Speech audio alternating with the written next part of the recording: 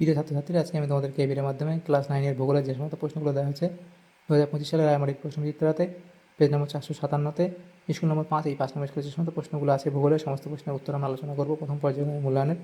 তো তোমরা ভিডিওটা শুরু থেকে সেটা অবশ্যই দেখবে এবং চ্যানেল যদি নতুন হয় থাকে অবশ্যই তোমরা চ্যানেলটাকে সাবস্ক্রাইব করে রাখবে। এর পরবর্তী যে স্কুলগুলো আছে সেগুলো প্রশ্নোত্তর পাওয়ার জন্য এবং এর আগের যে স্কুলগুলো ছিল সেগুলোর প্রশ্নোত্তর আমরা আলোচনা করে দিয়েছি। তোমরা প্লেলিস্ট থেকে সেগুলো পেয়ে যাবে, অবশ্যই সেই প্রশ্নোত্তরগুলো দেখে নিও।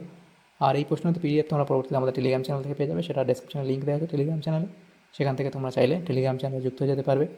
তাহলে দেখো 5 নম্বর স্কুলে যে প্রশ্নগুলো আছে বিভাগ কয়ের মধ্যে 7টা এমসিকিউর প্রশ্ন এখন দেওয়া হয়েছে। প্রথম প্রশ্ন 1-এর দাগে বলা আছে বিকল্পগুলি থেকে সঠিক উত্তর নির্বাচন করে লেখো। তো 1-এর দাগে 1-এর প্রশ্ন, একটি বহিস্থ গ্রহের উদাহরণ হলো কি? অপশান এ অর্থাৎ বৃহস্পতি। এরপরে 2-এর দাগের প্রশ্নে বলা আছে যে পৃথিবীর নিরক্ষীয় ও মেরুব্যাসের তফাৎ হলো 43 কিমি, অপশান বি। এরপরে আছে পৃথিবীর পরিধি প্রথম নির্ণয় করেন, সেটা হবে এরাটোস্থেনিস, অপশান ডি। এরপরে আছে উত্তর গোলার্ধে দীর্ঘতম রাত্রি হয় 22 ডিসেম্বর, অপশান সি। এরপরে প্রদত্ত ভারতের কোন শহরে পৃথিবীর আবর্তন বেগ বেশি? তাহলে সেটা হবে কি? Chennai, option A. এরপরে আছে ভারতের প্রাচীনতম তেলের খনি হলো ডিগবয়, অপশান সি। তারপরে প্রশ্ন আছে তামা যে প্রকার খনিজ তা হলো কি? এটা হবে অলৌহ বর্গীয়। এরপরের প্রশ্ন যে আছে বিভাগ ক্ষয়ের মধ্যে যে প্রশ্নগুলো এখানে দেওয়া হয়েছে দেখো, এরপরে যে প্রশ্নগুলো দেখো বিভাগ ক্ষয়ের মধ্যে যে প্রশ্নগুলো আছে 2.a, নিম্নলিখিত প্রশ্ন বাক্যগুলি শুদ্ধ হলে সু এবং অশুদ্ধ হলে অ লেখো, যে কোনো 3টি। তাহলে প্রথম প্রশ্ন, শুক্র গ্রহ পূর্ব থেকে পশ্চিমে আবর্তন করে। তাহলে শুক্র গ্রহ পূর্ব থেকে পশ্চিমে আবর্তন করে, এটা কি ঠিক না ভুল বলা হয়েছে? শুক্র গ্রহ পূর্ব থেকে পশ্চিমে আবর্তন করে, এটা তাহলে এটা আমাদের শুদ্ধ বলা হয়েছে। এরপরের প্রশ্ন, দিন রাত্রি ঘটার মূল কারণ পৃথিবীর পরিক্রমণ গতি, এটা অশুদ্ধ বলা হয়েছে, কারণ এটা হবে আবর্তন গতি। ওএনজিসি হলো ভারতের খনিজ তেল অনুসন্ধানে নিয়োজিত একটি সংস্থা, এটাও এখানে শুদ্ধ বলা হয়েছে। এরপরে ইস্পাত প্রকৃতপক্ষে সংকর ধাতু, এটা এখানে শুদ্ধ বলা হয়েছে। তাহলে এগুলো হলো। এরপরের প্রশ্ন শূন্যস্থান পূরণ, বিয়ের দাগে বলা আছে উপযুক্ত শব্দ বসিয়ে শূন্যস্থান পূরণ করো, যে কোনো 3টি। প্রথম প্রশ্ন, ভারতে ড্যাশ শ্রেণীর আকরিক লোহা বেশি পাওয়া যায়? তাহলে কি এখানে তোমাদের লিখে দিই, সেটা হবে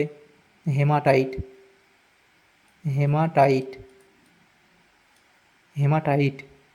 এরপরে মেরু অঞ্চল অপেক্ষা নিরক্ষীয় অঞ্চলে বস্তুর ওজন ড্যাশ হয়? বস্তুর ওজন কম হয়। বিশ্বের বৃহত্তম তৈল শোধনাগারটির নাম হলো জামনগর। এরপরে প্রশ্ন 4 থেকে বলা আছে কক্ষতলের সঙ্গে পৃথিবীর মেরুরেখা, এটা হবে কি? 66.1 ডিগ্রি কোণে হেলে থাকে, এত কোণে হেলে থাকে।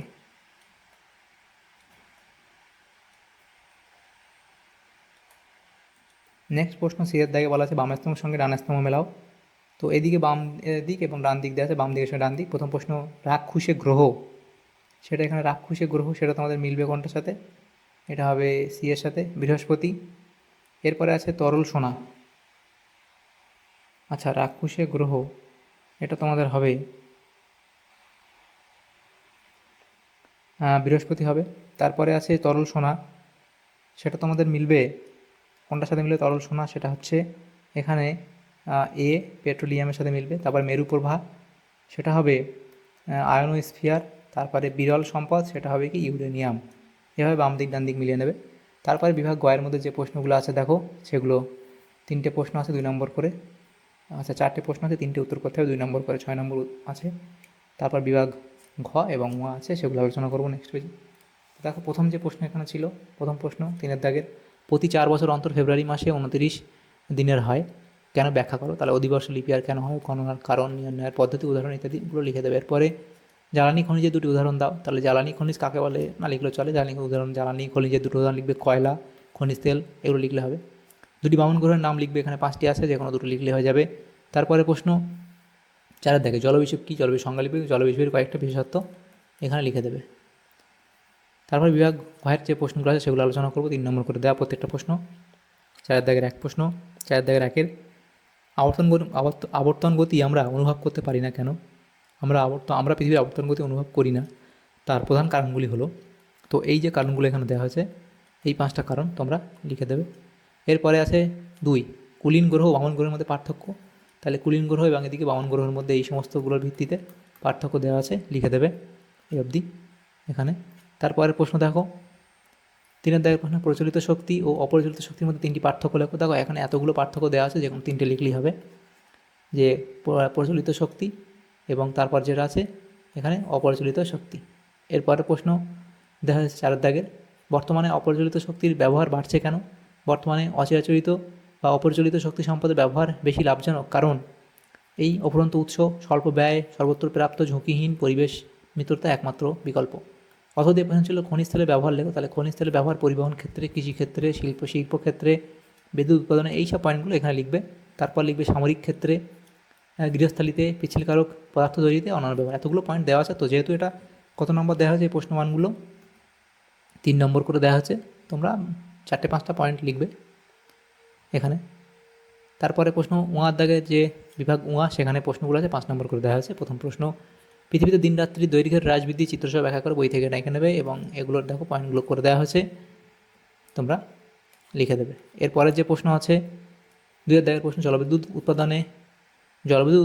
উৎপাদনের ভৌগোলিক পরিবেশের বর্ণনা দাও। তাহলে অনুকূল যে প্রাকৃতিক পরিবেশ সেটা তোমরা লিখবে। বন্ধুর ভূপ্রকৃতি, বরফ গলা জলের সরবরাহ, নিয়মিত ও পর্যাপ্ত বৃষ্টিপাত, কঠিন ভূত্বক, সুস্থির ভূতাত্ত্বিক গঠন, পলীয় বরফমুক্ত জল, বনভূমির অবস্থান, নাতিশীতোষ্ণ জলবায়ু ইত্যাদি পয়েন্টগুলো করে এত অবধি লিখবে। তাহলে এই প্রশ্নের উত্তর তোমাদের হবে। তাহলে দেখো আমাদের এখানে এই সমস্ত প্রশ্নগুলো ছিল আমাদের যে ক্লাস 9-এর ভূগোলের যে সমস্ত প্রশ্নগুলো ছিল 5 নম্বর স্কুলের সমস্ত প্রশ্নের উত্তর আমরা আলোচনা করলাম আজকে এই ভিডিওর মাধ্যমে। তোমাদের যদি সামান্যতম উপকার এসে থাকে ভিডিওটা অবশ্যই লাইক করবে এবং বেশি বেশি করে বন্ধুদের সাথে শেয়ার করবে। আর পরবর্তী স্কুলের প্রশ্ন উত্তরগুলো পাওয়ার জন্য অবশ্যই তোমরা আমাদের চ্যানেলকে সাবস্ক্রাইব করে রাখবে। Thanks for watching.